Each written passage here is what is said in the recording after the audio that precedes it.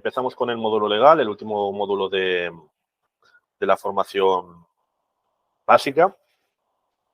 Y al final, la idea del módulo legal es que tengáis más estéis más formados en conceptos legales a la hora de cada uno de los pasos de la operativa, ¿vale? Del trabajo. ¿Por qué? Porque creemos que a más información tengáis, más información y más formación tengáis, más seguridad tendréis a la hora de defender ciertos argumentos y, por lo tanto, seréis más independientes y conseguiréis éxitos por vuestra cuenta más rápido.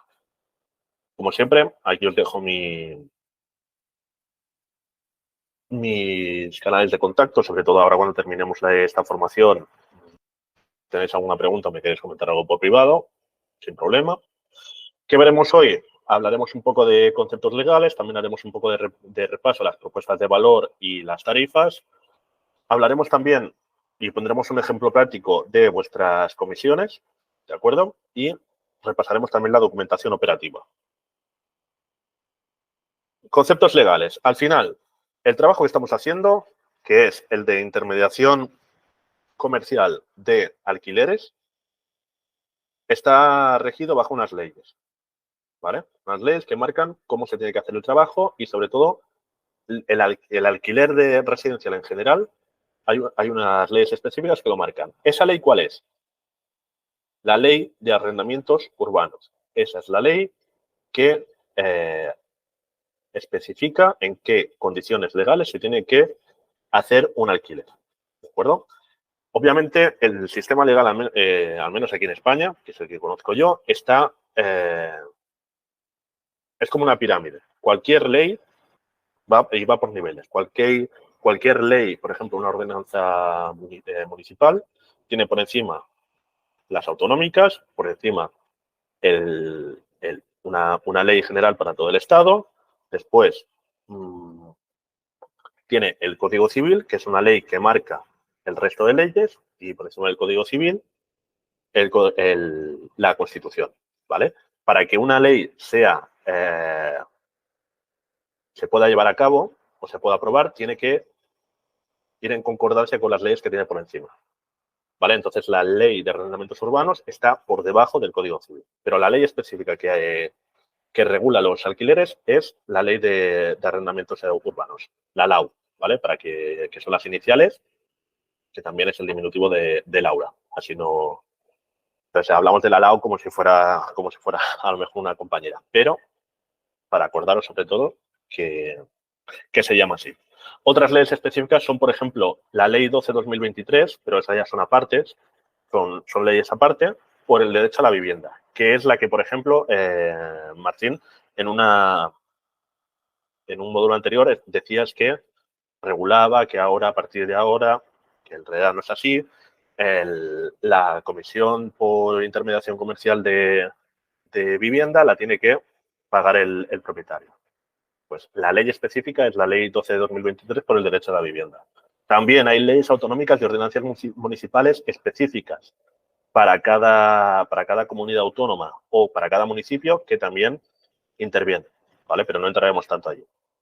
Lo que os he dejado abajo es una selección de lectura de la LAU, ¿de acuerdo? La Ley de Arrendamientos Urbanos, si un día tenéis curiosidad o, por ejemplo, si os vais a la playa y os la queréis leer, no hay ningún problema, pero es una ley bastante extensa que habla de muchas cosas y es muy específica en casos muy concretos, pero no todo, y yo estaría encantado que os la leyerais y la conocierais de cabo a rabo, pero os he dejado una selección de artículos que reducen bastante la lectura, específicos que hablan de los temas que nos interesan, ¿vale?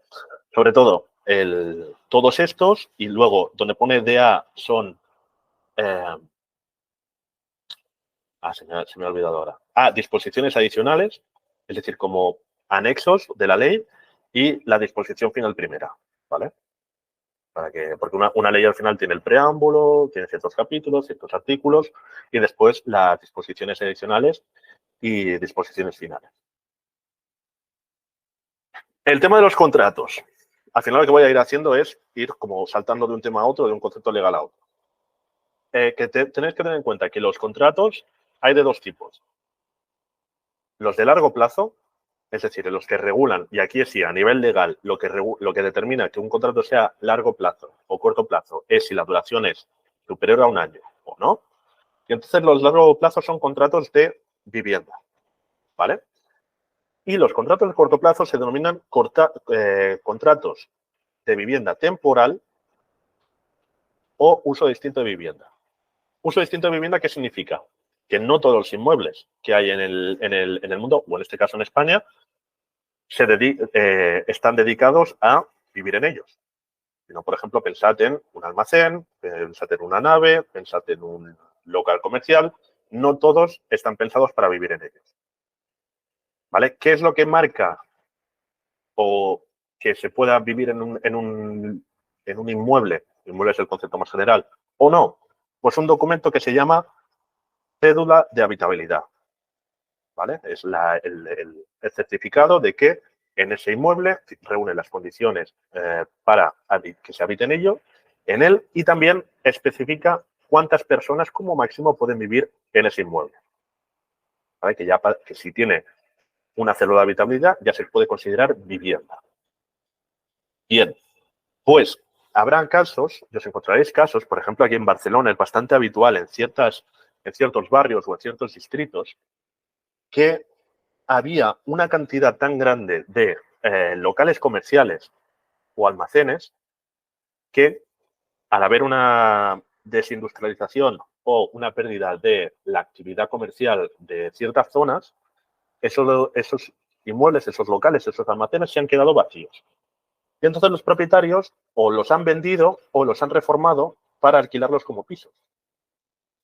Pero no han conseguido, y entonces tú los ves, por ejemplo, en fotos, y tienen un precio mucho más competitivo que un piso, con las mismas, más o menos con las mismas características, y normalmente son inmuebles que tienen muy buena pinta porque están recién reformados. Pero están a un precio mucho más competitivo. Esto pasa tanto en alquiler como en venta. Bien, si os metéis, por ejemplo, ahora en Idealista, lo veréis. Un piso que a lo mejor veis que es increíble y os parece un chollo al precio al que está. El chollo está en que no tiene cédula de habitabilidad. Es decir, que de entrada, estructuralmente no reúne las condiciones para vivir en él. Que igual se las reúnen porque a lo mejor el propietario ha puesto una salida de humo, se las ha ingeniado para tal, pero no se puede considerar una vivienda como tal. En ese caso, que alquilemos un piso así o que captemos un piso así para trabajarlo y alquilarlo, el contrato que tenemos que firmar siempre es el de corto plazo, porque es el mismo que el de uso distinto de vivienda. ¿Vale? Hay un pequeño resquicio legal que si, por ejemplo, y que los únicos que pueden alquilar un piso en esas condiciones son gente que estén dados de alta como autónomo. ¿Por qué? Porque pueden alquilar perfectamente ese inmueble con un contrato de corto plazo o de uso distinto de vivienda, como si fuera un local que van a usar para su negocio, y encima van a poder desgravar el alquiler a la hora delante del fisco, como si fuera el gasto de un local comercial para un negocio. ¿Eso qué hace? Que sea un caso más particular en el que tengamos que usar cierto tipo de contrato a más corto plazo y en un tipo de cliente en específico. Pero bueno, eso es un caso bastante particular. Dime, Candela. Pero ¿el contrato puede decir que está destinado a vivienda o no? No, por eso. Es un pequeño resquicio del que estoy hablando. Pero bueno, no es un caso que veáis muy, muy habitualmente, ¿vale? Y a nivel contrato también, anexos. Los anexos al final son documentos que van pegados, que van unidos al contrato de alquiler en la parte del final, ¿vale? Y hay muchos tipos de anexos. El primero puede ser el inventario. Inventarios hay prácticamente dos tipos. Hay inventarios que son descriptivos, que los inventarios al final sirven para dar fe o dejar patente el contenido de un piso cuando se alquila, por ejemplo, un piso cuando se alquila amueblado, pues que quede descrito todo lo que hay, con todo lo que se alquila el piso, un sofá de tales dimensiones y tales características, la tele, la nevera, tal. Yo he llegado a hacer incluso inventarios descriptivos que llegaban a ser tan específicos como la cantidad de tenedores, la cantidad de cuchillos, la cantidad de cucharas, toda la vajilla descrita, ¿vale? Y luego hay otro tipo de inventario que es el inventario fotográfico, ¿vale? Que simplemente se hace una serie de fotografías al piso donde se vea el estado en el que se alquila el piso y todo lo que se incluye en él para que sea una prueba de cómo se tiene que quedar el piso cuando se devuelva, cuando se termine el contrato y se devuelva. ¿De acuerdo? También la póliza de la garantía. Si hay algún contrato, por ejemplo, la póliza de la garantía de alquiler, la de Finaer, y ese contrato va cubierto por Finaer, la póliza de esa garantía, es decir, el contrato donde queda especificado en qué condiciones viene esa garantía, pues también se tendrá que añadir como anexo. Luego, a nivel obligatorio, también que se tiene que poner la cédula de habitabilidad, que es el documento que os comentaba antes, el certificado energético, que es, por ejemplo, el mismo que, por ejemplo, una lavadora, ese certificado energético en el que os voy a enseñar ahora, para que sepáis al menos qué pinta tiene.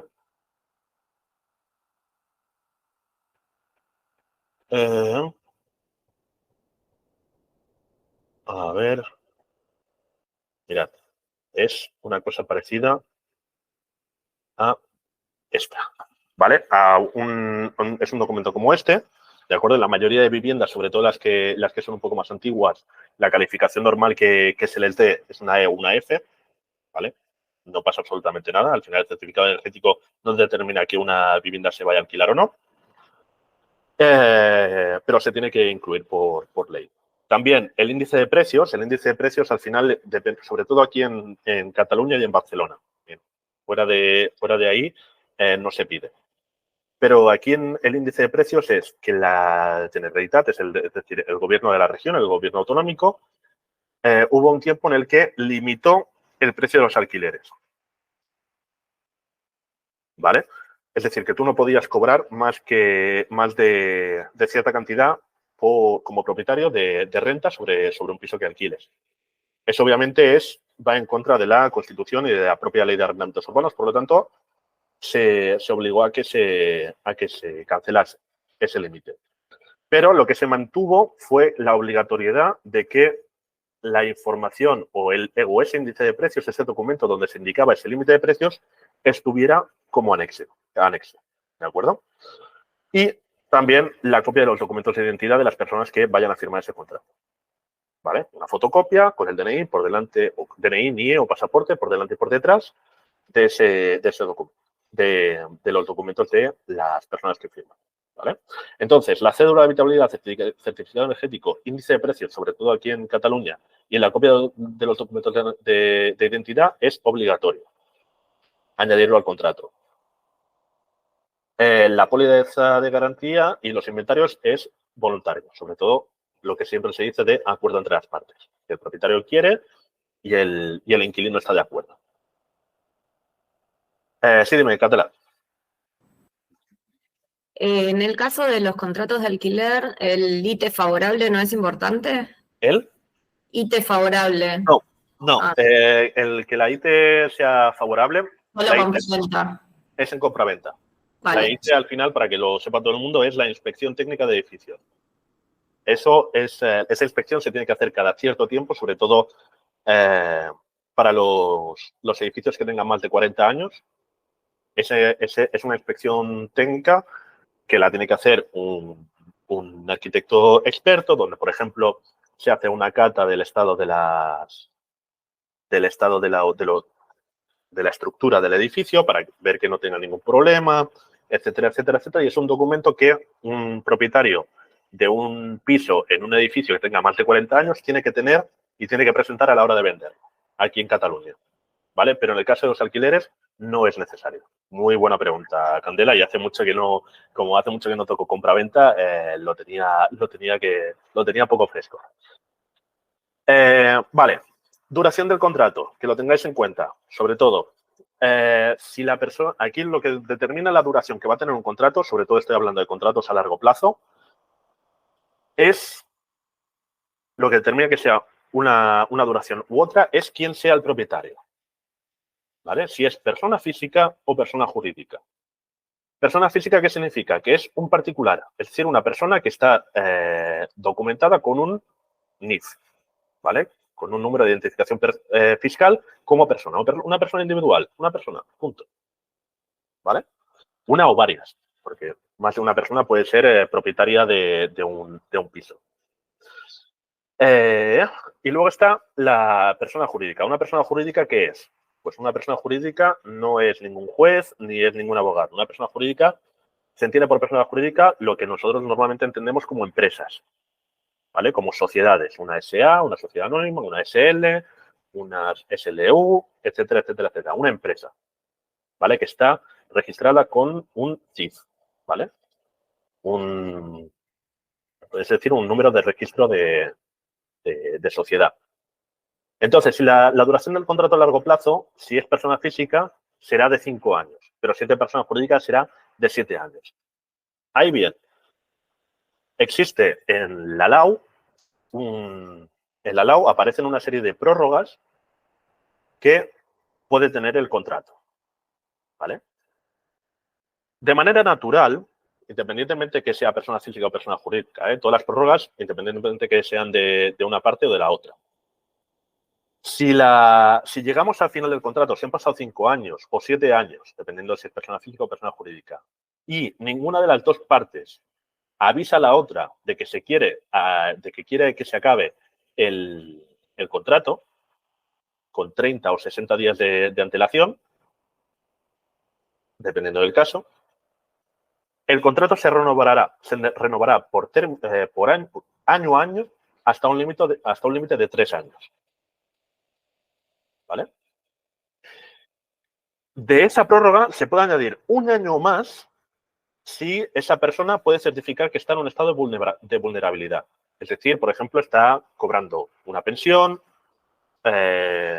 o tiene un grado de discapacidad, una de las personas que vivan tiene un grado de discapacidad reconocido, etcétera, etcétera, etcétera. En ese caso, la ley es un poco más vaga y simplemente pide que haya una certificación o se pueda presentar una justificación delante de la ley, delante de un juez, que esa persona está en situación de vulnerabilidad.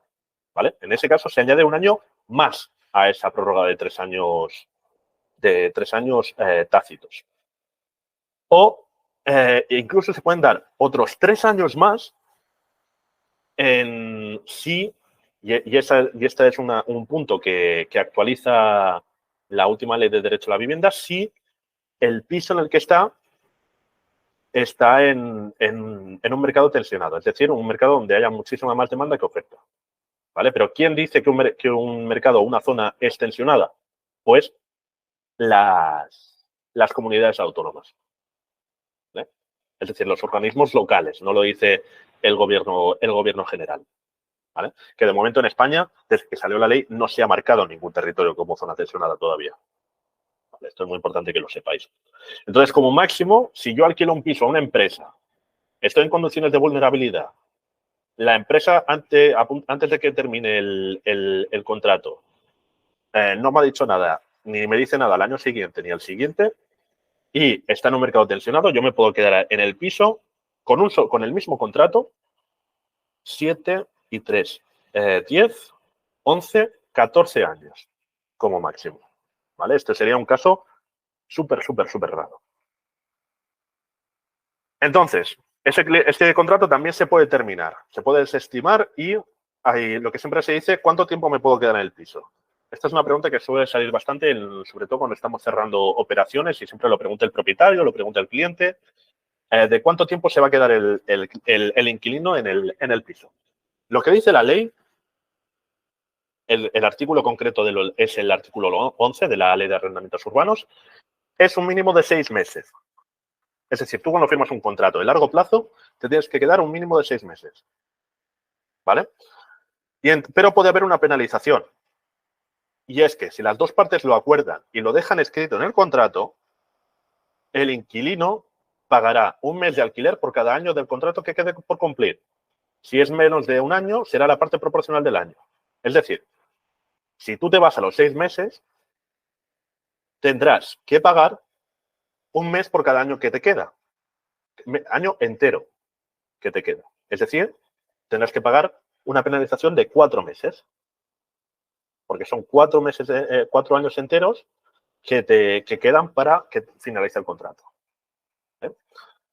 Pero, por ejemplo, si yo firmo un contrato de 5 años y me quiero ir al tercer año y cuando llevo ya 4 años y 6 meses de contrato, es decir, faltan 6 meses, pues tendré que pagar una penalización de medio año, ¿vale? Pero esta penalización se tiene que incluir dentro del contrato para que sea válida, ¿vale? No se puede evitar esta cláusula y luego que el propietario se dé cuenta porque se lo ha dicho un amigo, se lo ha dicho su abogado, cuando el cliente se quiere ir. No, tiene que ir de antemano dentro del contrato. El tema subarriendo y rent to rent, ¿vale? Que es la figura esta de contrato que hemos dicho antes. Muy importante que sepáis esto, que para que una vivienda se pueda subarrendar, tiene que estar el consentimiento del propietario expreso dentro del contrato, ¿vale? En una cláusula que ponga.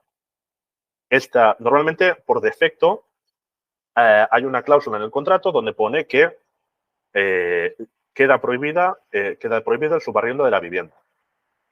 Pues, si estamos ante este caso de subarriendo, de rent to rent, tenemos que poner que ese será el que se da consentimiento expreso al inquilino a subarrendar la vivienda, ¿vale?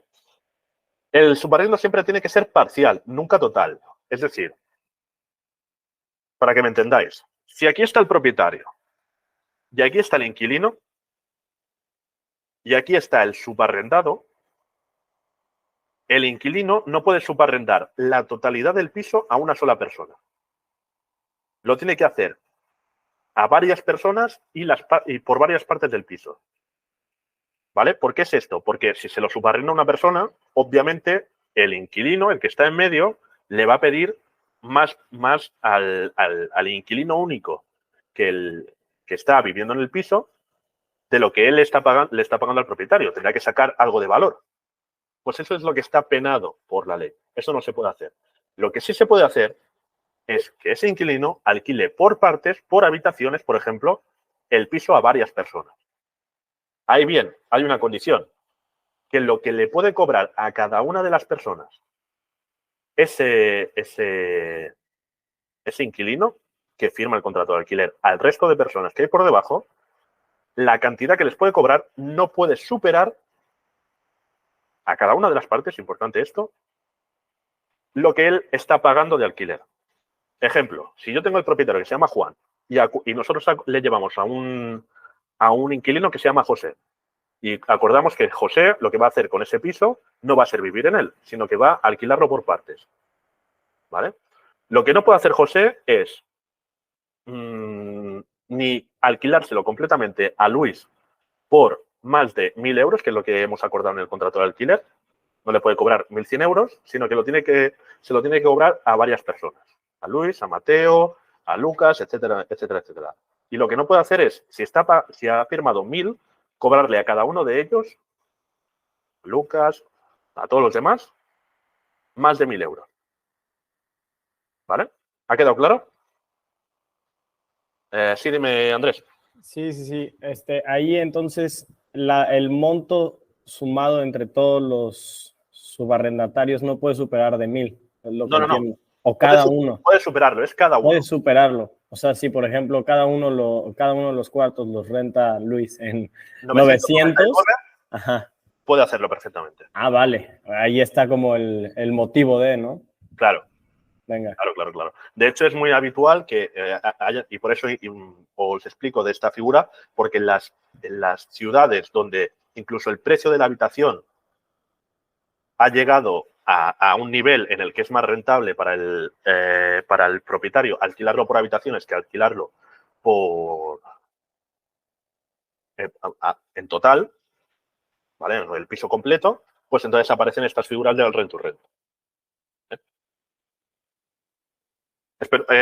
Andrés, ¿he respondido a la pregunta? ¿Está todo claro? Sí, todo perfecto, gracias. Estupendo. Dime, Candela. Puede ser una persona física, ¿no? ¿O tiene que ser una persona jurídica? ¿Quién? ¿El propietario de arriba del todo o la persona que lo alquile? No, el que hace rent to rent. El que hace rent to rent puede ser tanto una persona física como una persona jurídica. Lo que pasa es que si es persona física, esas rentas y esos ingresos los tendrá que declarar como autónomo. Claro, eso ya es a nivel fiscal, pero no hay ningún problema que sea una persona física o sea una persona jurídica o una empresa la que haga rent to rent. Normalmente es una persona, normalmente ya suelen ser empresas. ¿Vale? Y aquí no me meto en licencias turísticas y pisos turísticos porque eso ya es otro planeta. Importante, el tema de los pagos, para que quede claro. He hablado en los módulos anteriores de todos los pagos y cómo se tienen que hacer cada uno de ellos. Importante que tengáis en cuenta esto, que hay dos momentos de pagos. Hay dos momentos en los que se tienen que hacer que el cliente, que el inquilino tendrá que dejarse dinero, ¿vale? El primer momento es el momento de la reserva, ¿vale? En ese momento, cuando haga el documento de reserva, el pago de reserva, lo que tendrá que pagar es, pues eso, ese 10% de una anualidad masiva o esa mensualidad masiva en el caso de Valencia. Importante que recordéis que esa cantidad, si la operación se lleva a cabo, será nuestro pago por servicios. ¿Vale? Y el segundo momento en el que tiene que hacer un pago es el día de la firma de contrato. En ese momento, lo que tendrá que depositar es el mes de alquiler y los depósitos. Y en el caso de que esté, la garantía, el pago del primer año de la garantía de alquiler, que es FINAER. ¿Vale? Entonces, aquí pueden salir dos preguntas. La primera es, ¿qué pasa si el cliente entra a vivir al piso el día 15? ¿Alguien tiene alguna idea? ¿A alguien se le ocurre?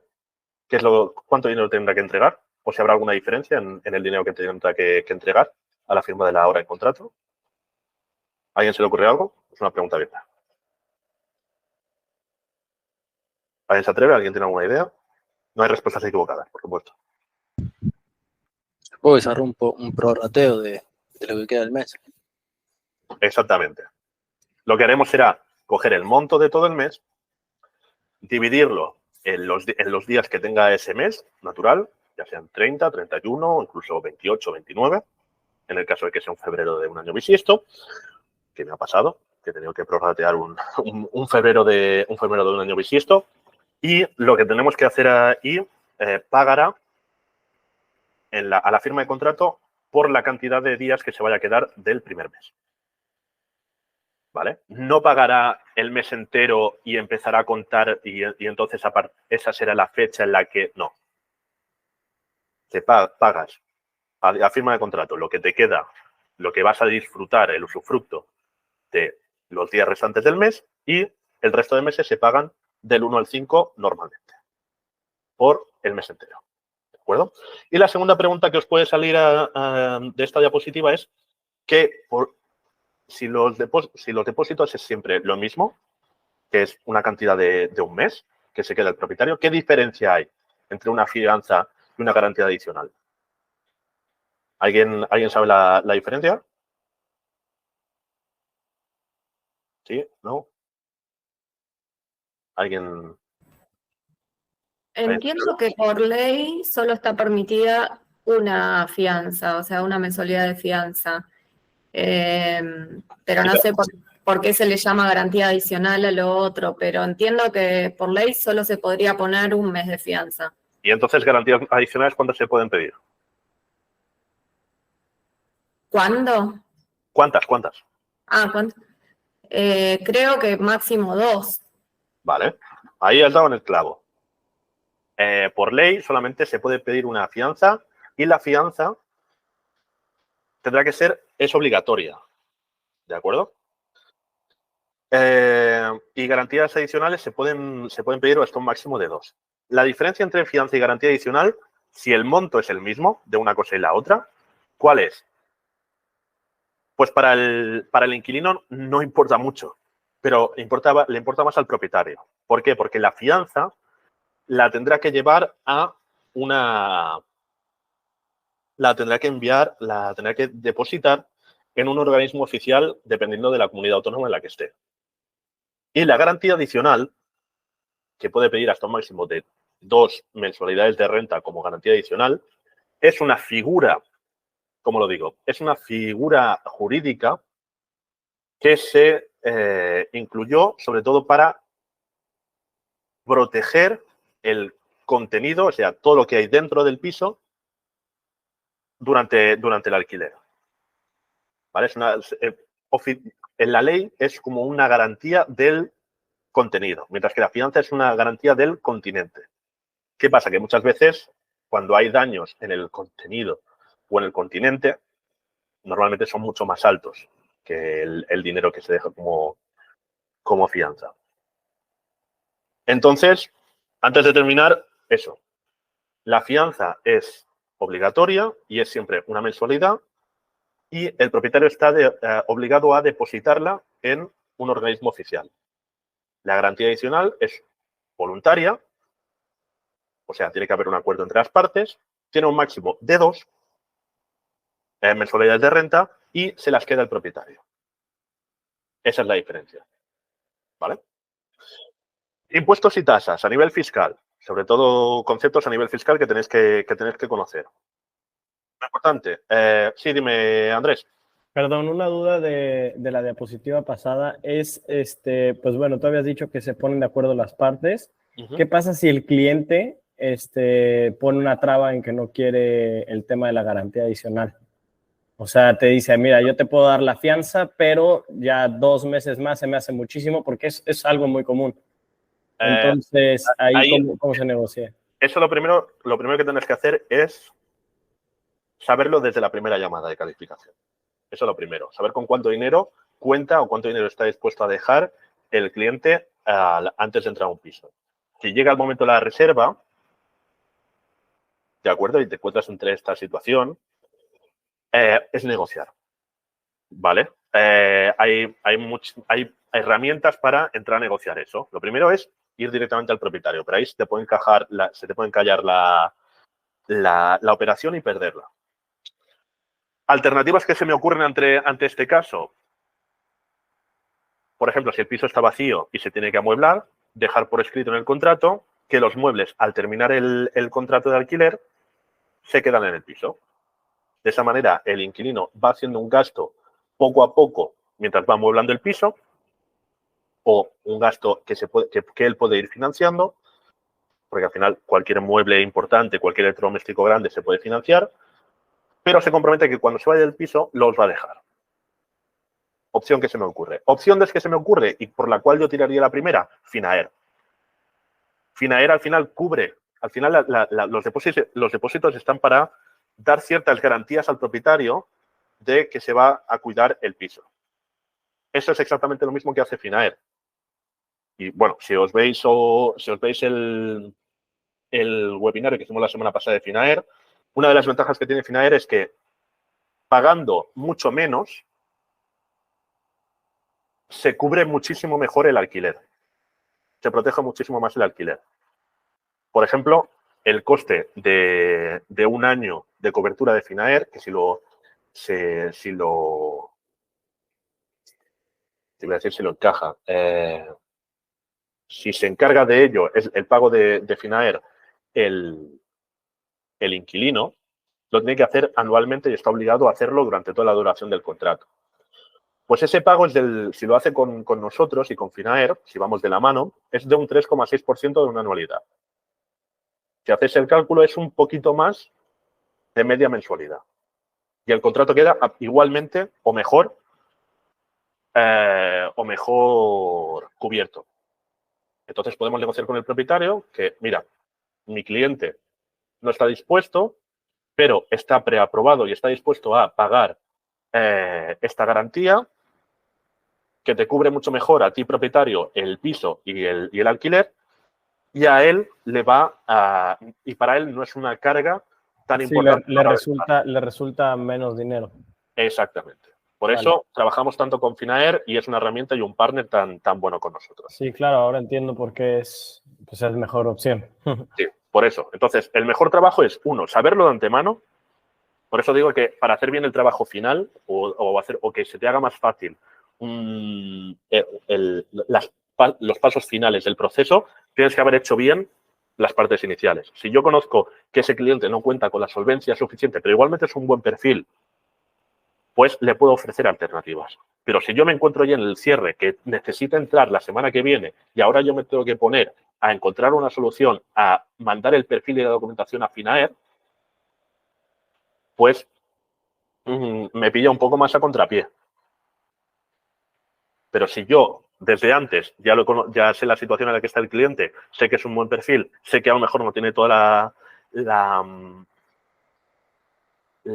liquidez para dejar a lo mejor tres depósitos,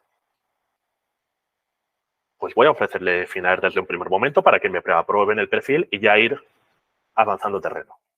¿Vale? Vale, perfecto. Gracias. Nada. Sobre todo, acordaros que nuestros servicios están cargados con un IVA del 21%. Al final no hay nuestro trabajo y nuestro servicio no es un servicio básico, por lo tanto no tiene ninguna reducción. Aviso, esta pregunta sale en el examen. El inquilino tiene que pagar el ITP, es decir, el impuesto de transmisiones patrimoniales. Esto no lo sabe casi nadie. Ni siquiera muchos agentes inmobiliarios que se dedican a esto. ¿Por qué? Porque si lo que va a hacer ese inquilino es dedicar ese alquiler a primera vivienda, que es la gran mayoría de casos con los que trabajamos, la cantidad o el porcentaje de ITP que tienen que pagar es del 0%. Y diréis, ¿para qué quiere el gobierno para qué quiere el gobierno especificar o imponer un impuesto que sea del 0%? Porque lo que dice la ley es que si el propietario no deposita la fianza donde tiene que depositarla, es el inquilino el que tiene que presentar su documentación para presentar el ITP al 0%. ¿Vale? Y ahora os explicaré por qué. Y el propietario, si es persona física, tiene que declarar los ingresos de la renta en su declaración de IRPF según su tramo. ¿Vale? Si el propietario es un particular, simplemente, sobre todo si tenéis que asesorar a algún propietario que es la primera vez que va a alquilar su piso, cosa que es bastante rara que os pida a vosotros consejo. Pues si es una persona física, le tenéis que decir que simplemente la renta que vaya recibiendo, que tenga los comprobantes y cuando tenga que hacer la declaración de la renta anual, pues que los declare y tendrá que pagar, dependiendo del tramo fiscal en el que quede, sumando esos ingresos y otros que tenga. El tema de la fianza, repito, aunque ya hemos hablado de ella un poco antes, que es siempre de una mensualidad, es obligatorio y aquí entraba, que es obligatorio para el propietario depositarlo en la administración pública. Si es en Barcelona o en Cataluña, es en el Incasòl, en el Institut Català del Sòl. Si es en Madrid, es en el IBIMA. Y si es en Valencia, es en la Consellería de Hacienda. ¿Vale? Entonces, ¿por qué se hace esto? En teoría, estos organismos están para que tú, como propietario, dejes garantizados esos depósitos en un organismo oficial. ¿Vale? Pero para lo que de verdad está en la letra pequeña, que cuando el propietario va a dejar esa fianza, a depositarla para que quede bien guardada en las arcas de la administración pública, lo que tiene que hacer también es presentar una serie de datos del contrato del cual sale esa fianza, como la dirección del piso, quién lo alquila, por cuánto tiempo, a qué precio, etcétera, etcétera, etcétera. ¿Y por qué le interesa a la administración pública tener esa información? ¿A alguien se le ocurre?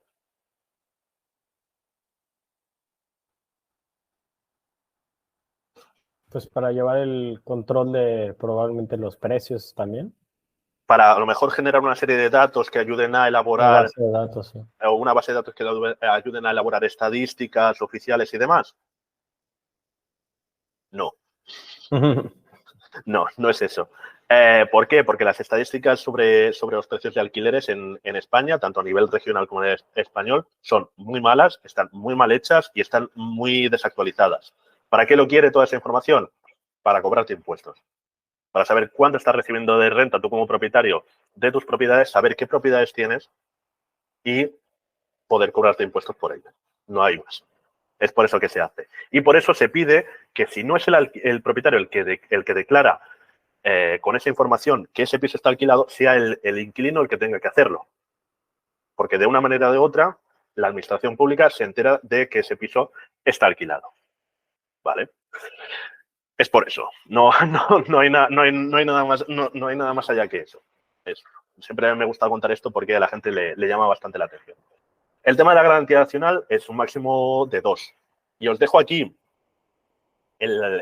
incluso el párrafo específico del punto 5 del artículo 36 de la LAU. ¿Por qué? Porque hay muchas veces que os encontraréis propietarios que quieren poner garantías adicionales estratosféricas. Yo he llegado a ver inquilinos que pedían hasta 6 garantías adicionales además de la fianza. Una locura. Y entonces os lo dejo por aquí para que si alguna vez os encontráis con una captación con un propietario de este tipo, pues sepáis que en el segundo párrafo del punto 5 del artículo 36 de la LAU especifica que el máximo legal de garantías adicionales que se pueden pedir es de 2. ¿Vale? Y sobre todo eso, la presentación de datos y contrato que se tiene que hacer cuando o se paga el ITP o se va y se deposita la fianza en el Incasol, en el IBIMA o en la oficina de la Consejería de Hacienda de Valencia. Fuentes de información pública, ¿vale? Fuentes de información que son completamente públicas y que podréis vosotros usar, sobre todo para verificar información. Para verificar la propiedad, o sea, quién es el propietario de un inmueble. Lo más fácil y lo más sencillo y lo que yo recomiendo siempre y con lo que os tenéis que quedar es con el recibo del IBI. Si vosotros queréis saber, os queréis asegurar de que un propietario sea realmente el único y verdadero propietario de una propiedad, pedidle el recibo del IBI. ¿Por qué? Porque ese recibo es, si no me equivoco, es trimestral. Sí, es trimestral y lo va a tener el propietario en físico. Y en ese recibo aparece quién es el propietario, quiénes son los propietarios. ¿Vale? Si no os lo quiere dar, sospechad. Porque igual alguien está intentando alquilar un piso que no es suyo. ¿Dónde más podéis cercioraros de la propiedad pero de manera secundaria? Verificar quién es el propietario. Pues podéis acudir al registro de la propiedad y a la nota simple. Al final, el registro de la propiedad es un organismo oficial del Estado en el que en cada registro, que hay varios repartidos por toda España, están registradas todas las propiedades inmobiliarias de España. Todas.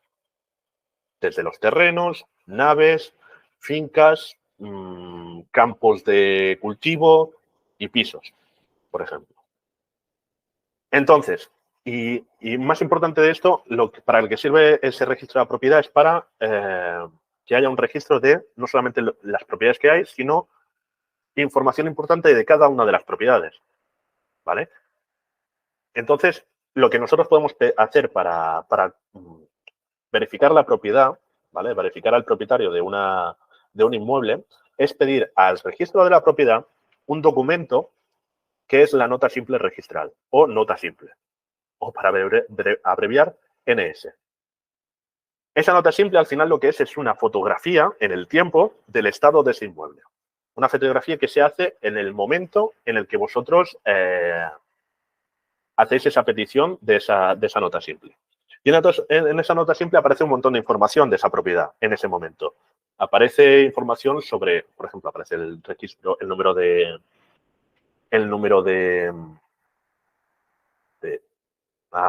referencia catastral, ¿de acuerdo? Que es el número que identificas como el DNI de una propiedad. Aparece la descripción de esa propiedad en términos generales. Aparece con qué linda, aparece la dirección, aparece con qué linda, es decir, qué tiene a los lados o con qué delimita esa propiedad para que no haya ninguna confusión a la hora de localizar con exactitud esa propiedad. Y aparece también si esa propiedad tiene alguna carga, si tiene alguna carga hipotecaria, si hay algún préstamo, si está en una situación de declaración de herederos, cualquier cosa que sea interesante sobre el estado de esa propiedad está en la nota simple. También lo que nos interesa a nosotros, que es el propietario o propietarios de esa propiedad.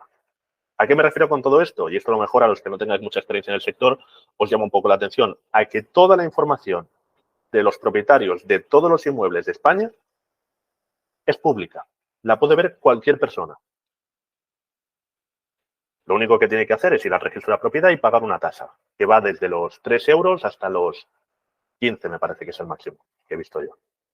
Depende un poco de cómo se haga, si se hace por internet, si se hace de manera presencial, y depende un poco de la zona de España donde estéis. Y en última instancia, lo que podéis hacer es pedir la escritura de propiedad. Es decir, el documento que acredita que se ha comprado o se ha adquirido una propiedad. ¿Vale? Para más información de la propiedad está el tema del catastro. Sobre todo, el tema del catastro, ¿qué es? Pues es otro organismo oficial que también para lo que está no es tanto para dar información sobre las propiedades, sino para limitar el terreno, o sea, delimitar el terreno de España, ¿vale? Lo que voy a hacer ahora es enseñaros, por ejemplo, la web del catastro, ¿vale? Porque es una fuente de información muy valiosa, ¿vale? En la que os puede ser muy útil, sobre todo para, incluso a la hora de preparar visitas, ¿vale? Os vais aquí a sedecatastro.gov.es, es la primera que os sale si ponéis en el buscador de Google Catastro. Y os sale una web como esta, ¿vale? Os da muchísima información y podéis hacer muchas cosas, pero simplemente si le dais aquí a la parte del mapa, supongo que se ve el cursor, os sale este buscador de inmuebles, ¿vale? Aquí siempre me gusta hacer este ejercicio. Si alguien tiene alguna dirección, que tenga curiosidad por conocer un poco más de ese inmueble y me la quiere dejar por el chat para que la pueda consultar. Necesito esto, os lo pongo. Necesito la provincia, el municipio, la vía, es decir, la calle y el número. Solamente necesito eso. ¿Alguien tiene curiosidad? ¿Alguien quiere poner el ejemplo?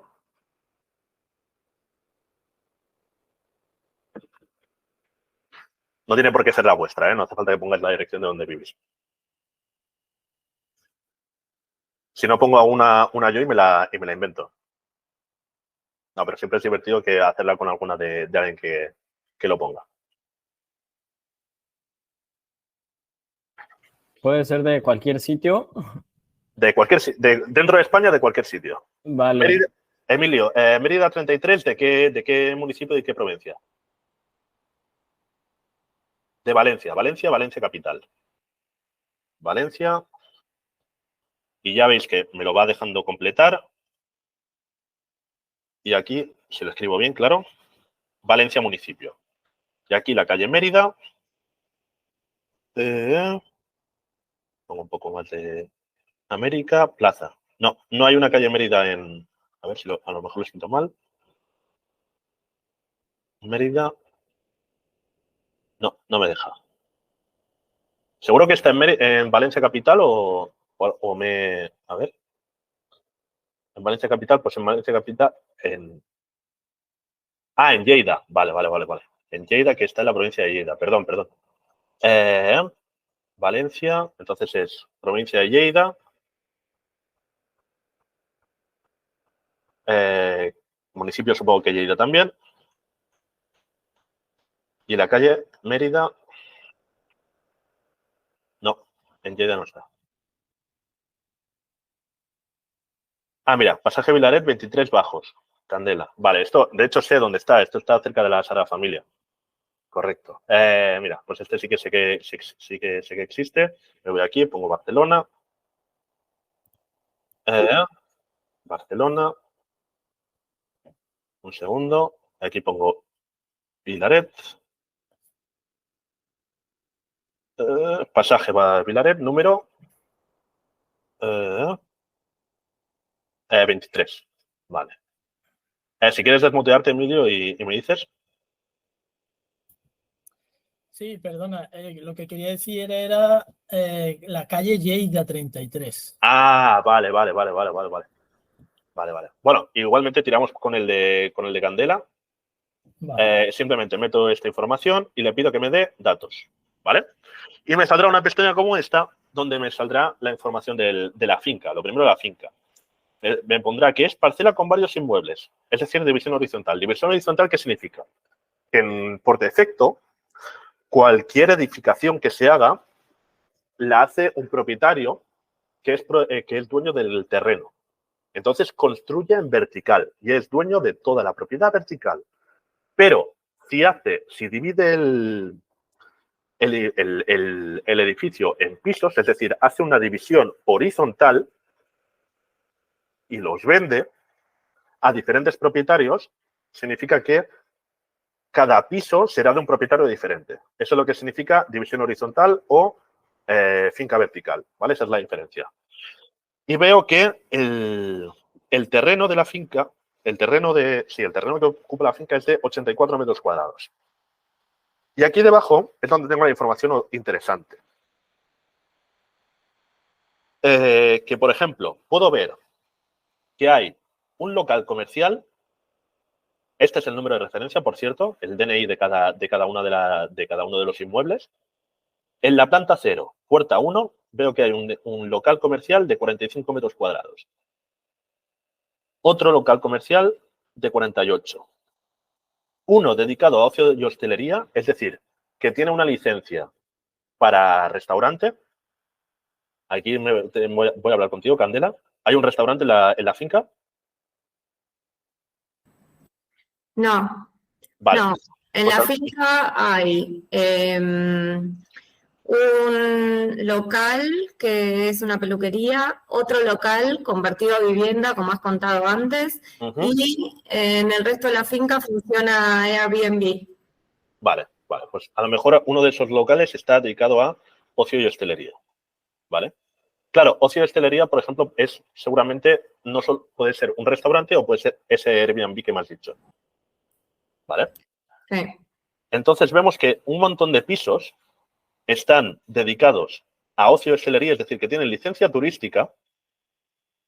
¿Vale? Podemos ver que el primero primera, el primero segunda, el segundo primera, el segundo segunda, el tercero primera, el tercero segunda, el cuarto primera, el cuarto segunda, es decir, que hay 2 pisos por planta y tiene un máximo de 5 plantas porque hay una planta más 1, es decir, un ático.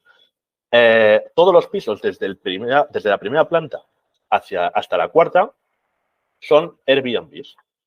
¿Por qué? Porque tienen licencia de ocio y hostelería, es decir, tienen licencia turística. Y cada uno de los pisos tienen entre 42 y 43 metros cuadrados, es decir, son pisos muy, muy, muy pequeños.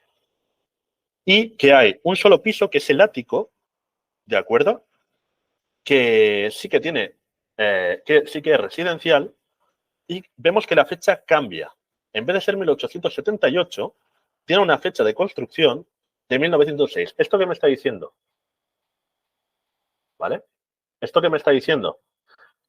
Que alguien pidió una licencia para construir un piso más encima del edificio. ¿Es posible que sea así, Candela? ¿O no lo sabías? Sí, no conozco el ático, pero sí es posible. Listo. Pues tengo toda esta información que yo, que soy un agente con un poco más de experiencia, puedo interpretar. Y entonces esto lo que me está diciendo es ¿qué es? Que en este edificio, yo por ejemplo, si voy a alquilar, imaginaos que alquilamos solamente el primero primera. Pues que seguramente el propietario, si fuera una finca vertical, es decir, que no hubiera división horizontal, yo sabría perfectamente que el dueño del primero es el dueño del segundo y de todo el resto de pisos. ¿Vale? Y yo viendo esto, lo que te diría es que seguramente en este edificio, el propietario, es una intuición, no tengo ni idea. Luego tendría que ir al registro de la propiedad y pedir la nota simple. El propietario sea el propietario de cada uno de los pisos, aunque tenga división horizontal, sea el mismo para todos los pisos, incluso para los locales, y que él viva en el ático. Es lo que yo intuyo. ¿Vale? Luego ya veremos si es verdad o no. Pero veis toda la información completamente pública, que no he tenido que hacerme un usuario ni crear ninguna contraseña ni nada, de los pisos que hay y está disponible para todo el público. ¿Vale? Si queréis, podemos hacer otra prueba. Lo digo porque esto normalmente es bastante bastante entretenido, al menos para mí. Era el calle Lleida 33 en Valencia. Pues voy aquí a la casilla de salida de la sede electrónica del gobierno. No me deja. Bueno, me vuelvo a meter. Sede electrónica del catastro. Aquí. Y pongo Valencia.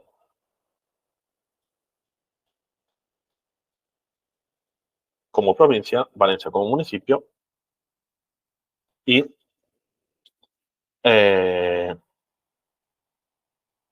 no sé si estará puesto como Lleida o como Lérida. Vale.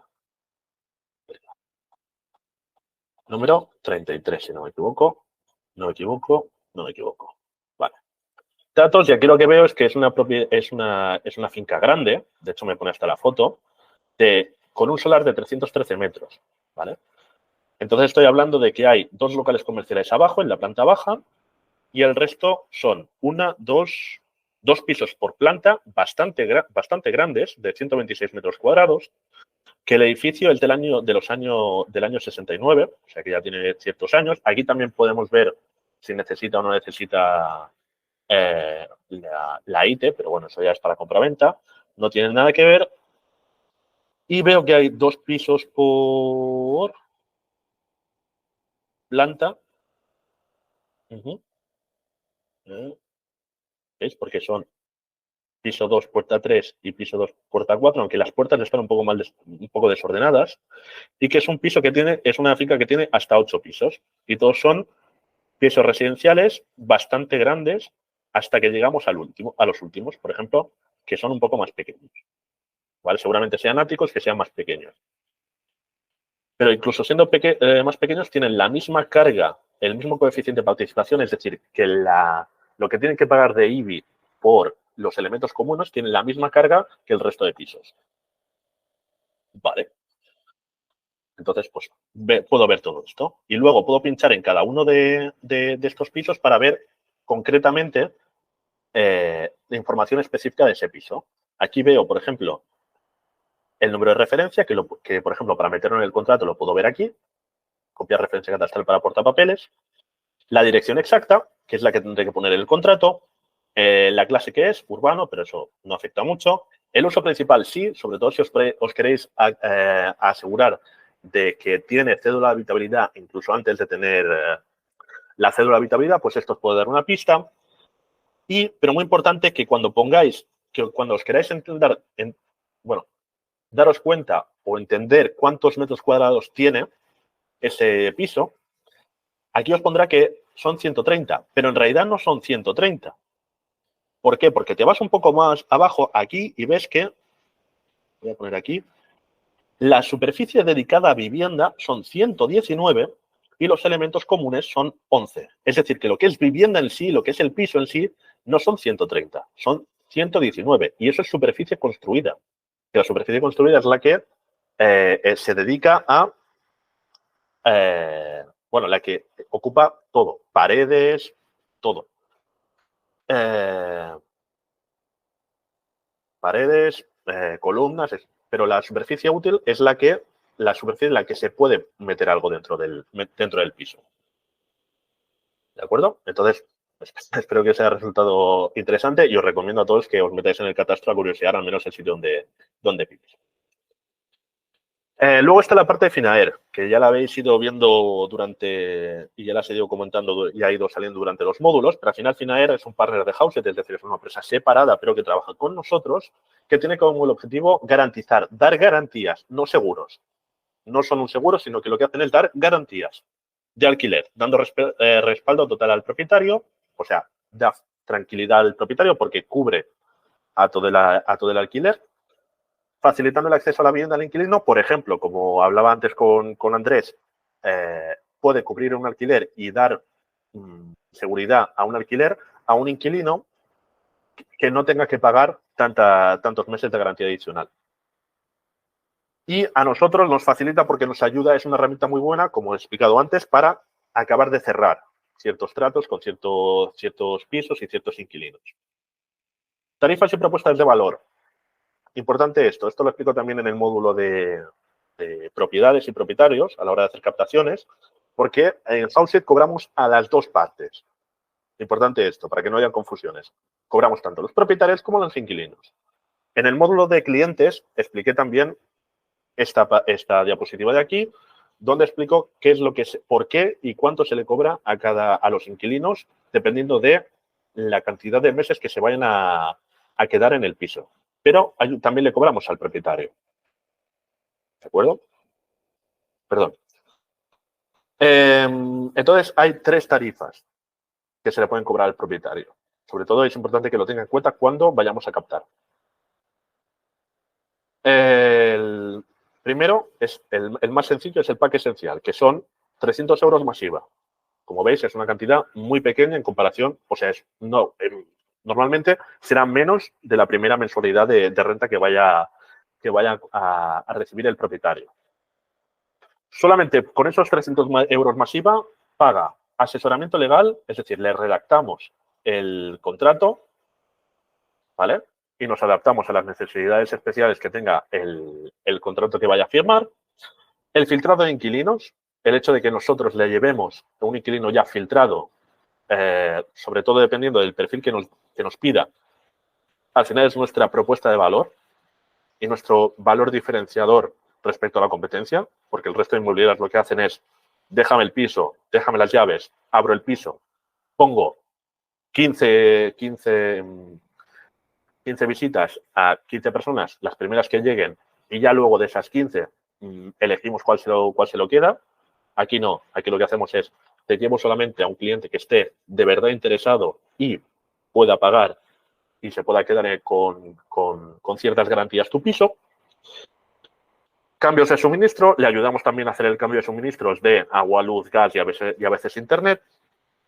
Coordinación del proceso de rescisión de contrato, es decir, estamos ahí para cuando se acabe el contrato de alquiler. Le podemos hacer también un reportaje fotográfico si nos lo pide, sobre todo si nos da el contrato en exclusiva, es decir, la determinación del piso en exclusiva. Y también le podemos publicar, si nos da permiso, también en ese contrato de intermediación, la publicación en portales, en el cual tenemos cuentas premium que le da más repercusión a su piso.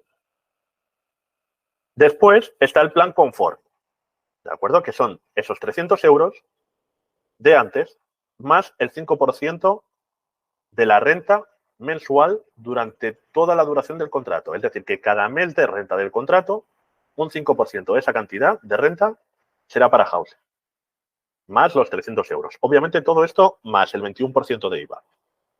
De esa manera, nosotros nos encargamos de hacer lo que se conoce como property management. Es decir, cualquier problema que tenga el inquilino, cualquier incidencia que tenga, ya sea con la comunidad de vecinos o que se le rompe cualquier cosa o tal, nos encargamos de la gestión nosotros y el propietario solo se tiene que ocupar de recibir la factura y pagar por ello. ¿Vale? Dime, Martín. Esa tarea de property management, ¿quién se encargaría de eso? ¿Nosotros? No, vosotros los agentes no. Se Okay. encargaría Houseit por otro lado. Ok, vale. Sí, dime, Andrés. Entonces, esa tarifa ¿es un pago único o es mensual? ¿La del 5% de la renta? Los 300 y el 5% de la renta. Los 300 euros, por ejemplo, en el plan confort y en el plan garantizado, los 300 euros se pagan solamente una vez, cuando se firma el contrato. Ajá. Y luego el 5% se va pagando de cada mes de la renta durante toda la duración del contrato. Venga. Entonces, los 3, pago único, 5%, pago recurrente. Todo siempre con el 21% de IVA. Anual sería eso, ¿no? El 5. No, mensual. Ah, mensual. De cada uno de los meses. Ok. Por ejemplo, si pagan 1.200 al mes, pues ese 5% más el 21% ese 5% de esos 1.300, que al final son, te lo digo, y ahora no me voy a equivocar con el cálculo.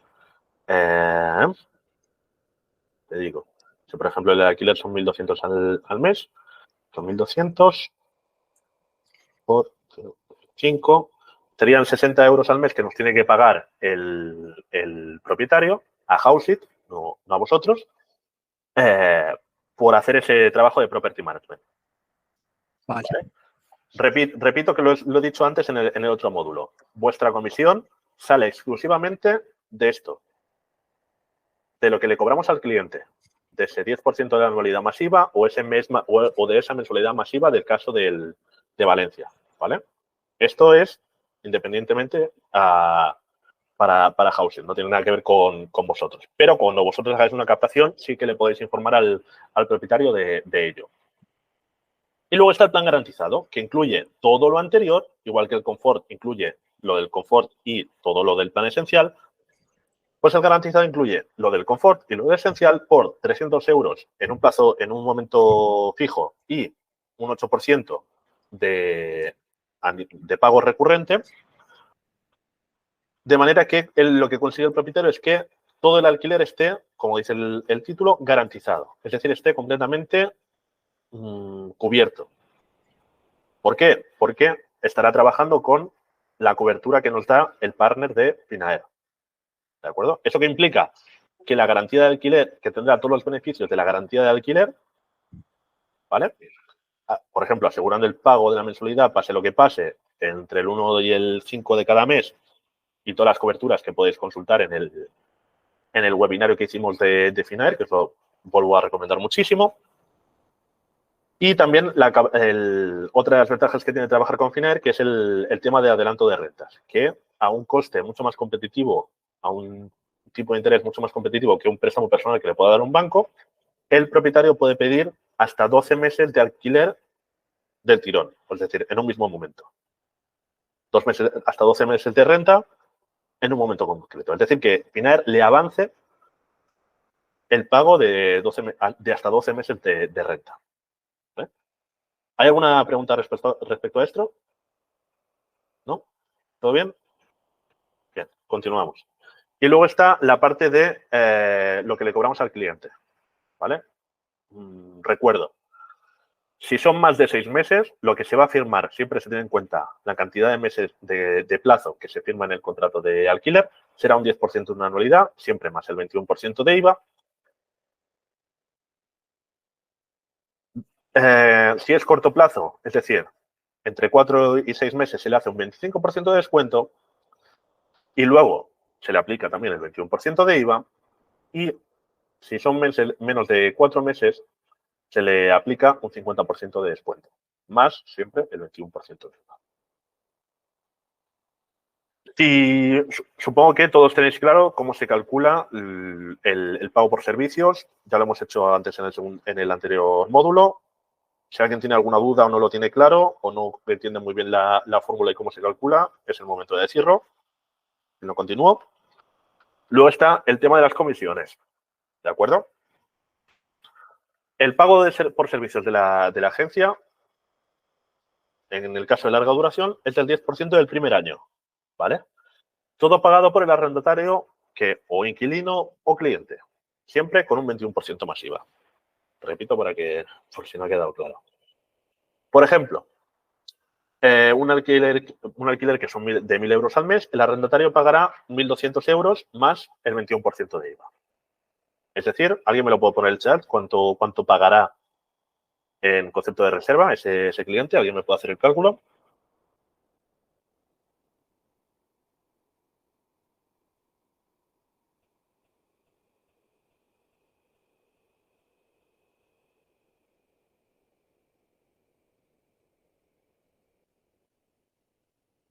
¿Alguien me puede poner por el chat cuánto es? ¿Cuál es el monto total que tendría que pagar el cliente en esa transferencia en un alquiler de 1.000 euros al mes?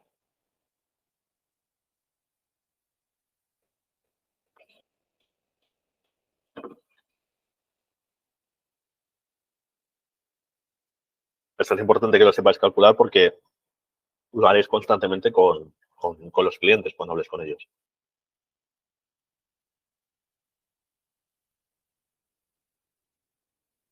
¿Alguien tiene alguna idea? Espero un poco más si alguien está buscando la calculadora.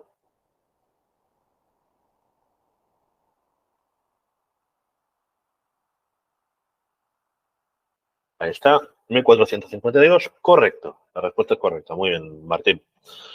Eso significa que de lo que tendréis que calcular vuestra comisión serán 1.452 euros. No, será de los 1.200 euros, ¿vale?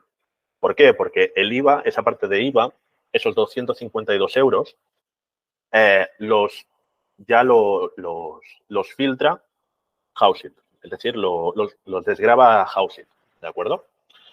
Eso significa que el 50% será para el agente que haya cerrado el trato, es decir, 600 euros. El otro 25% será para gente que haya hecho la captación, es decir, 300 euros. Y los 300 euros son para Housing, ¿vale? Recordad que el porcentaje de honorarios son brutos, ¿vale? Y aquí depende de si sois autónomos, si estáis dados de alta de autónomos o si sois particulares normales, ¿vale? Si sois particulares normales, Housing os retendrá un 15% en concepto de IRPF, ¿vale? ¿Eso qué significa? Que la comisión de la agente se pagará completada toda la transacción. Es decir, cuando la fecha que cuenta para deciros cuándo se os pagará la comisión es la fecha de la firma de contrato, ¿vale? Sobre todo, acordaos, repito, de mandar toda la documentación al City Manager por correo electrónico. De aquí viene el ejemplo, ¿vale? Esta diapositiva es muy importante y sobre todo que la entendáis y la sepáis calcular bien. Si el precio del alquiler son 1.000 euros, y voy a seguir con este ejemplo, la cantidad que paga el inquilino, el monto total del que hace la transferencia son 1.452 euros, como ha dicho antes bien Martín. Es decir, un 10% de la anualidad más el 21% de IVA. Si es entre 4 y 6 meses o menos de 4 meses, pues se le tendrá que hacer el descuento pertinente. Housing, ¿cuánto se llevará? Pues se llevará 554 euros de la comisión y los 254 euros del IVA de esa transacción. La parte de la captación, ¿cuánto se llevará? Limpio, 255 euros. Sobre todo si la parte que la capta es un particular y no está dado de alta de autónomo, ¿eh? Pues se llevará 255 euros. ¿Por qué? Porque se lleva el 25% de la comisión, no sobre 1.452 euros, sino sobre 1.200 euros, el 25% de 1.200 euros menos un 15%. ¿Cómo se calcula esto? Pues cojo el 10% de una anualidad, que son 1.200 euros, porque son 1.000 por 12 por 0,1, y hago el 25%. O sea, esa cantidad, 1.200, la multiplico por 0,25. ¿De acuerdo? Y da 300 euros. A esos 300 euros lo multiplico por 0,85, porque eso es 100 menos 15, por 0,85 y me da 200, lo voy a enseñar por aquí, a ver si se ve, 255 euros. ¿Vale? Eso es lo que se lleva neto el agente que hace la captación. Y haciendo el mismo cálculo, pero en vez de un 25%, un 50%, la persona que lo cierra se lleva 510 euros netos. Si la firma de contrato está entre el día 1 y 15 de un mes, se ingresa el día 20 del mismo mes. ¿Vale? Se firma, no. La comisión se paga el 20 del mismo mes. Si la firma de contrato es desde el 16 a final de mes natural, se ingresa el día 5 del mes siguiente. ¿Vale? ¿Hay alguna duda respecto a esto? ¿Está todo claro? ¿Todo claro? Ok. Obligatorio, sobre todo, para que se os haga el pago correctamente y luego no hayan sorpresas. Que el cliente haya sido trabajado, sobre todo por la parte que hace el cierre, haya sido trabajado de manera adecuada a través de la aplicación en Housing. Es decir, que lo tengáis en vuestra lista de prioridad y lo hayáis trabajado correctamente. La transacción esté debidamente cerrada y registrada dentro de la aplicación. Cuando terminéis y se firme el contrato, vais a la aplicación y actualizáis el estatus a transacción cerrada. En ese momento, la aplicación os pedirá que ese cliente lo vinculéis a una propiedad, es muy sencillo de hacer, y os pedirá un poco de información de en qué condiciones se ha cerrado el alquiler. ¿Vale? Importante que no lo olvidéis una vez hayáis firmado el contrato de alquiler. Que hayáis enviado al City Manager la hoja de reserva, el comprobante de pago de la reserva y una copia firmada por las dos partes en formato PDF del contrato. Todo siempre por correo electrónico. Más allá de eso, una promoción que es importante que conozcáis, el tema del quinto cierre, ¿vale? Que es lo que os preguntaréis, no, pero a mí me habían comentado que puedo llevarme hasta el 100% de las comisiones. ¿Cómo es que me puedo llevar el 50 o el 25? Obviamente, si habéis cerrado un piso que vosotros mismos habéis captado, os lleváis el 75%. Pero, atención a este pero, si dentro de un mes natural hacéis más de 4 cierres, a partir del quinto cierre, os lleváis el 25% de la comisión que se llevaría Housing. Siempre atendiendo a cada operación por particular. ¿De acuerdo? Entonces, si a partir del quinto cierre habéis cerrado, solo habéis hecho el cierre, en esa operación os llevaréis el 75%. Pero si a partir del quinto cierre habéis hecho el quinto, el sexto, el séptimo, habéis hecho el cierre y la captación, os lleváis también el 25% de Housing. Por lo tanto, os lleváis el 100% de la comisión. Es decir, en el ejemplo anterior, 1.200 euros. ¿Tenías una pregunta, Andrés? Sí, el 25% es a partir del quinto cierre, ¿no? O sea, bueno, del primero al cuarto, ¿ese no lleva el 25%? ¿O sí se le suma el 25%? No, del primero al cuarto, ese 25% en todas las operaciones es para Housing. Ah, vale. Y a partir del quinto ya es el 25%. Correcto. A partir Venga, del perfecto. quinto, el sexto, el séptimo, y si ya es un 8 hay 9, más, ya sí. Ok. Gracias. Repaso de la documentación. Esto ha quedado claro, sobre todo. También que es importante que sepáis vosotros calcular vuestras comisiones, ¿vale? Porque hay una pregunta de examen que es eso. Hay una pregunta que es calcular la comisión que os lleváis en un cierto caso y la comisión que os llevaríais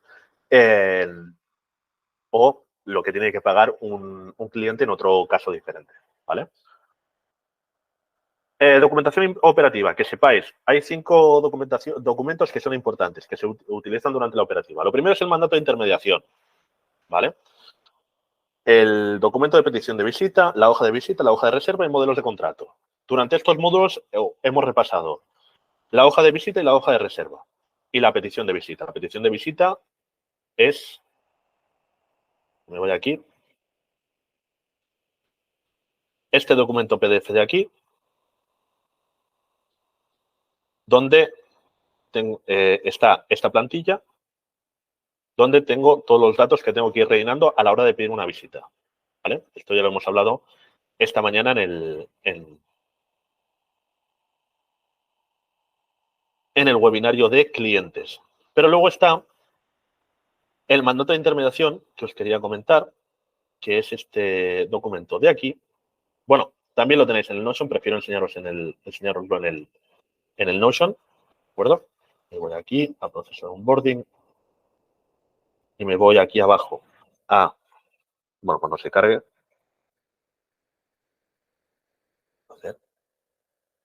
aquí, Housing Onboarding, a la página de onboarding, y me voy aquí abajo, ahora, a donde está la documentación operativa y me voy, por ejemplo, al de Barcelona.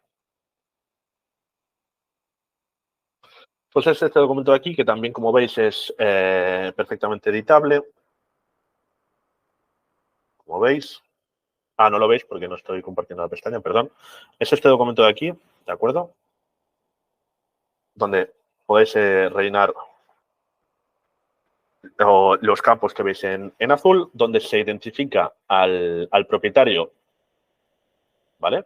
Y se identifica también la propiedad, ¿vale? La dirección, por ejemplo, aquí, y la referencia catastral, que es el número de esa identificación que veíamos antes, aquí. El precio de la renta, los meses de fianza y los meses de garantía adicional, ¿vale? los meses de fianza no, el mes de fianza y los meses de garantía adicional. Y entonces se le da al propietario a elegir en varias cláusulas cómo quiere que tratemos o cómo quiere que le trabajemos el inmueble. Lo primero es si autoriza o no autoriza a publicar y publicitar el inmueble en portales, ¿vale? Pongamos que sí, confía mucho en nosotros, no se quiere calentar la cabeza en recibir llamadas y nos autoriza. Y luego están cada uno de los packs resumidos que os he comentado antes. Tenemos que es un cliente que se fía mucho de nosotros, quiere que le quede una cobertura total del alquiler y del pack garantizado. Importante que si durante todo el tiempo que estemos intermediando el alquiler, es decir, todo el tiempo que estemos trabajando la comercialización de su piso en alquiler, quiere cambiar de plan, puede hacerlo, ¿vale? La segunda es en qué condiciones quiere que le alquilemos o en qué situación quiere alquilar el piso y durante cuánto tiempo. Es decir, ¿cuánto tiempo nos va a dejar trabajar su piso? Pues nos va a dejar trabajar su piso 2 meses, ¿vale? ¿Y en qué condiciones? En exclusiva, sin exclusiva o como agente único. Exclusiva es que somos Houseit es la única empresa, la única agencia que puede trabajar y puede intermediar el piso, ¿vale? Sin exclusiva es que él puede hacerlo, el propietario puede hacerlo por sí mismo o con cualquier otra agencia, ¿vale? Y agente único es que la propiedad, la única agencia que puede tratarlo somos nosotros, pero la propiedad se reserva el derecho a que si le viene un inquilino por su cuenta pueda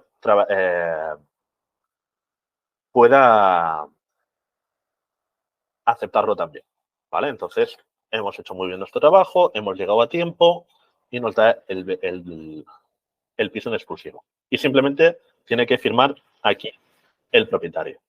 Y luego lo que hay justo debajo es información sobre protección de datos. Como veis, es un documento que se rellena bastante fácil y que al final determina cómo se firma o en qué condiciones vamos a trabajar con el propietario. Dime, Martín. Al propietario no le da ninguna clase de beneficio darnos el piso en exclusiva o elegir el agente propio. Bueno. No hay ningún beneficio, o sea, como una recompensa, digamos, por la exclusividad. Sí, la verdad es que sí. Eso lo explico con mucho más detalle en el módulo de propiedades y propietarios, pero al final lo que es mucho más fácil, sobre todo, dárnoslo en exclusiva les cuesta mucho a los propietarios, porque eso, le ven más inconvenientes que ventajas, pero sobre todo al propietario le es acaba siendo mucho más beneficioso dárselo en exclusiva a cualquier agencia. ¿Por qué?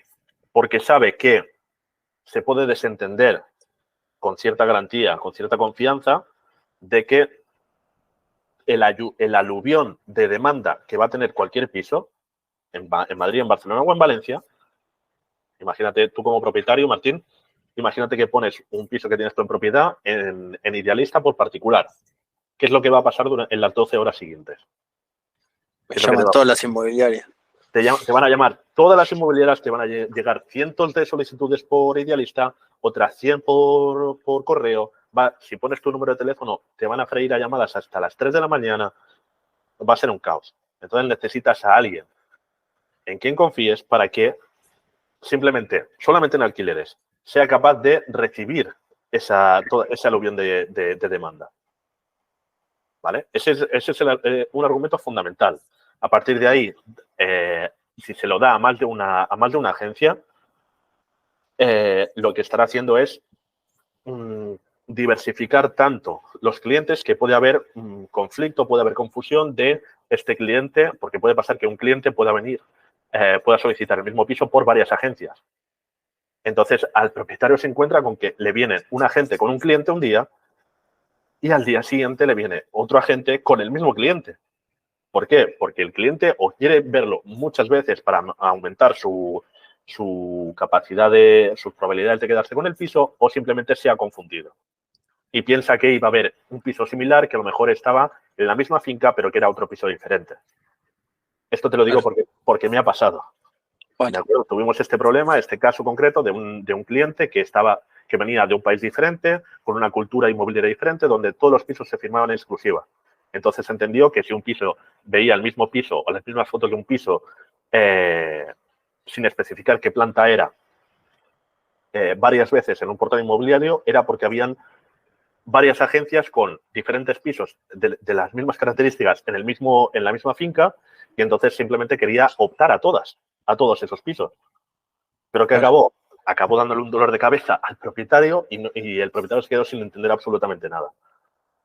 Claro. Entonces, todos estos dolores de cabeza que puede tener el propietario se pueden solucionar muy fácilmente, dándole la exclusividad a una agencia. ¿Qué pasa? Que la exclusividad de una agencia, conseguir la exclusividad para un agente es lo más preciado, pero también es muy, muy, muy difícil. Para conseguir la exclusividad hay que trabajar de una manera completamente diferente. Hay que llegar la clave para conseguir la exclusividad es llegar al propietario y contactar con el propietario, no cuando ya ha publicado el piso. En ese momento ya es tarde. Hay que llegar al propietario justo en el pequeño momento desde que le surge la idea de alquilar el piso hasta que le surge la idea o la necesidad de alquilar el piso hasta que lo publica.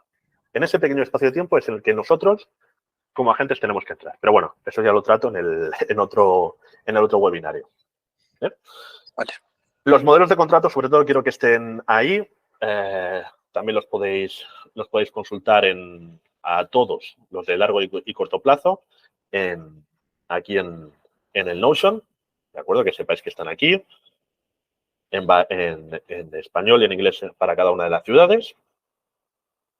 Y luego está en la hoja de reserva y la hoja de visita, que ya las he repasado con vosotros en los módulos anteriores. Entonces me voy a ir a... No voy a entrar sobre todo en explicaros los modelos de contrato, porque como os decía, cada contrato es muy diferente el uno del otro. ¿Vale? Entonces lo que haré, seguramente de cara a la semana que viene, no, al mes que viene, será preparar una serie de vídeos, de hecho en mi siguiente proyecto a la hora de crear materiales, donde vaya explicando cláusula por cláusula qué es lo que dice, explicando cláusula por cláusula y de dónde sale esa cláusula. ¿De acuerdo? Yo lo que os recomiendo es que os leáis al menos un modelo de contrato, uno de corto y uno de largo plazo, y que tratéis de entenderlo. Pero sobre todo, cuando os veáis en la situación de preparar un modelo de contrato, al menos el primero, que os apoyéis en el City Manager. ¿De acuerdo? Porque estos módulos de contrato que hay aquí en el Notion no son editables, como si lo son la hoja de reserva, las hojas de visita o los mandatos de intermediación. ¿Por qué? Porque de un contrato a otro, como decía, hay mucha diferencia. ¿De acuerdo? Entonces, yo lo que recomiendo es que os lo leáis y cuando tengáis que acudir a alguien, para prepararlo, acudid al City Manager, que ellos tienen los originales para que os den una copia que podáis editar. ¿De acuerdo? O, en su defecto, me podéis contactar a mí, que también soy el encargado de la documentación operativa. ¿Vale? Para terminar, ya, consejos. Tener clara la información de cada documento, estudiarlos y conocerlos muy bien. No solamente saber leer lo que dicen, sino entender qué significa cada una de las cosas que se dicen. ¿Para qué? Para saber, porque sabréis mucho más, seréis mucho más expertos en el sector, y de cara al propietario, de cara al cliente, simplemente ya tendréis familiaridad con esos contratos, con esos documentos, y no tendréis que leerlos, simplemente tendréis que explicarlos. ¿Vale? Marca fechas de firma que te favorezcan, sobre todo en términos específicamente en los contratos en los mandatos de intermediación. A más tiempo nos dé la exclusividad, por ejemplo, un propietario mucho mejor para nosotros, o cuando firmamos una reserva, que la fecha máxima para firmar el contrato de alquiler sea la más corta posible, por una sencilla razón, porque se nos va a enfriar menos el cliente y obligará a que el cliente no se relaje, ni el propietario se relaje, sino que vayan haciendo todo lo que le vamos pidiendo y le vamos aconsejando. A más claridad, menos confusión, siempre que, y eso es algo que me aplico a mí mismo siempre que hago estas formaciones. ¿Por qué lo digo? Porque la información y sobre todo los asuntos legales pueden usar un vocabulario un poco complejo, un poco más enrevesado, un poco más técnico, pero siempre tenéis que conocer ese vocabulario y saber traducirlo a un lenguaje un poco más llano, más mundano, porque no todo el mundo tiene formación, no digo ya legal, sino formación universitaria. Entonces hay gente que todos estos contratos pueden no entenderlo. No tengáis miedo a rechazar un mal cliente. Esto lo digo y lo pongo en esta presentación porque cada vez que un cliente no quiera pasar por el aro de firmaros una hoja de visita, de un mandato de intermediación, o firmar directamente un documento de reserva, un contrato, es un cliente que no os interesa. ¿Vale? Al final esa documentación está ahí y esos conocimientos están ahí para proteger vuestro trabajo y aseguraros que tenéis los resultados que os merecéis conforme vayáis haciendo el trabajo. Y siempre que a más conocimientos legales tengáis, más profesionales seréis, ¿vale? Y además, cuando tú eres capaz de devolver cualquier argumento que te dé un propietario o un cliente, como he hecho yo, por ejemplo, con algunas preguntas que me habéis hecho, con el párrafo concreto, del artículo concreto, de la ley concreta, pues ya no hay tutía, no tenéis discusión y tenéis mucho más peso en cualquier argumento que queráis presentar, ¿de acuerdo? Como siempre, los canales de contacto y para terminar, muchísimas gracias por vuestra atención y vuestro tiempo, no solo en este módulo formativo, sino en todas las formaciones que hemos hecho hoy. Si tenéis alguna pregunta es el momento. El siguiente paso es aplicar lo aprendido, que sigáis con los siguientes módulos, sobre todo que no dejéis de formaros y espero veros en las formaciones puntuales que vayamos haciendo. Recordaros una vez más que las sesiones continuas se harán el miércoles, ¿de acuerdo? El miércoles a las 10. Aseguraros bien de saber en cada ciudad dónde es, ¿vale? Mantened si hace falta contactar con el City Manager. Os he dejado en el módulo introductorio el contacto, así que lo tenéis siempre lo tendréis en el Notion. Leeros el Notion, por favor. Os quedarán cualquier pregunta que os pueda surgir está pensada para que esté resuelta en esa página. Y por mi parte, nada más. Desearos mucha suerte, muchos éxitos. Seguramente a los de Barcelona os veré más y a los de Valencia espero veros si alguna vez voy por allí. Y nada más. Cualquier cosa tenéis mi contacto. Muchísimas gracias otra vez por vuestro tiempo y nos vemos en los siguientes módulos. Que vaya bien. Muchas gracias, José. Que disfruten las vacaciones. Antonio, yo tengo una pregunta. No sé si me pudieras ayudar un poco. Es que justo me perdí. Entró una llamada cuando estabas explicando el ejemplo de fee de agencia.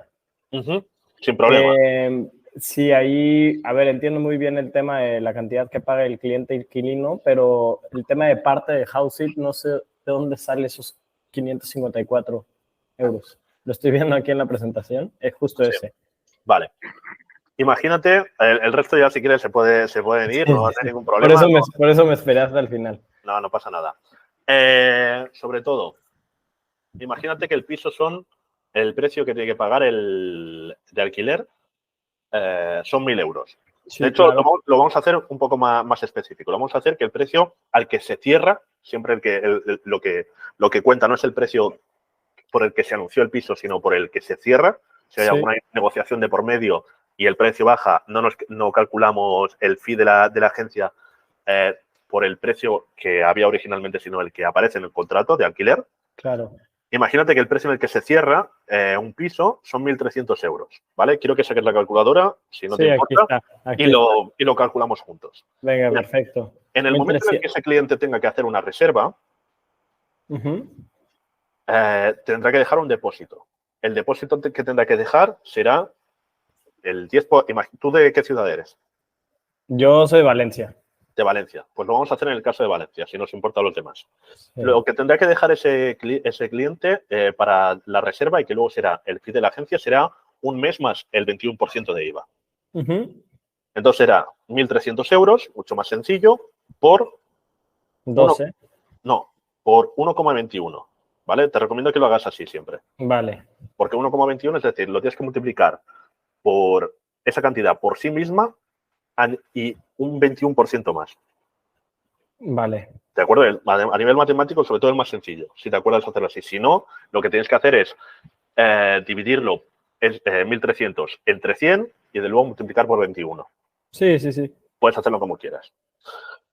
La cantidad que te da y que tiene que entregar ese cliente en el momento de la reserva serán de 1.573 euros. 1.573, sí. Estupendo. Bien, a partir de ahí, el 21% de IVA, ¿De ¿vale? acuerdo? Esos 273 euros, Ajá. se los queda Houseit. Vale, perfecto. ¿Vale? Entonces, tu fee, o sea, tu comisión, la tienes que calcular no de estos 1.573 euros, sino de De lo que queda sin IVA. 1.300 euros, Ajá. que era la mensualidad. Bien.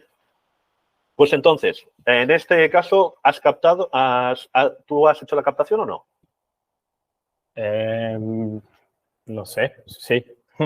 Pongamos que sí. Entonces, tú lo que te llevas es el 75% de la comisión. Vale, sí. Vale, pues entonces hacemos el 0,75% de 1.300. Es decir, cogemos, o como si quieres hacerlo al revés, cogemos 1.300, lo dividimos en 100 partes, es decir, 1,3 entre 100. Ah, no, que nos queda 13. Sí. Y lo multiplicamos por 75.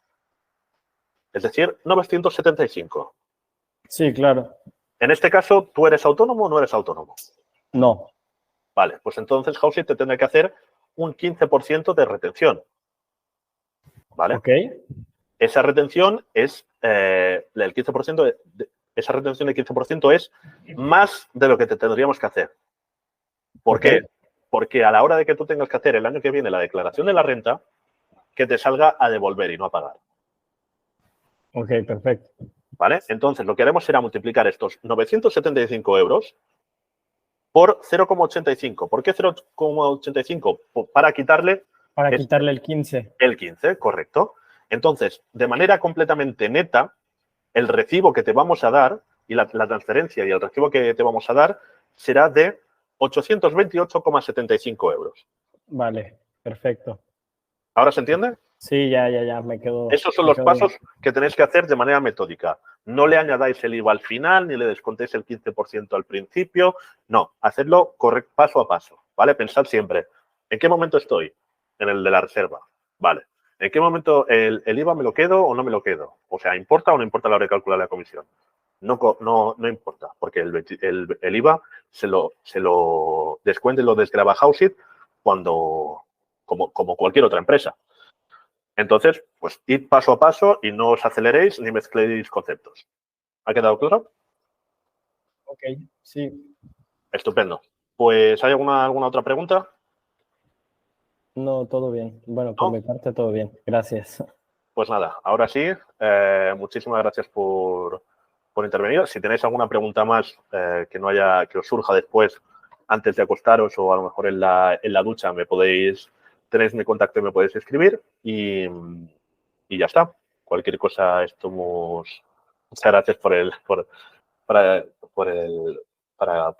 hecho de que disfrutéis las vacaciones y espero veros en el futuro en otras formaciones y que tengáis mucha suerte y muchos éxitos. Que vaya bien. Gracias.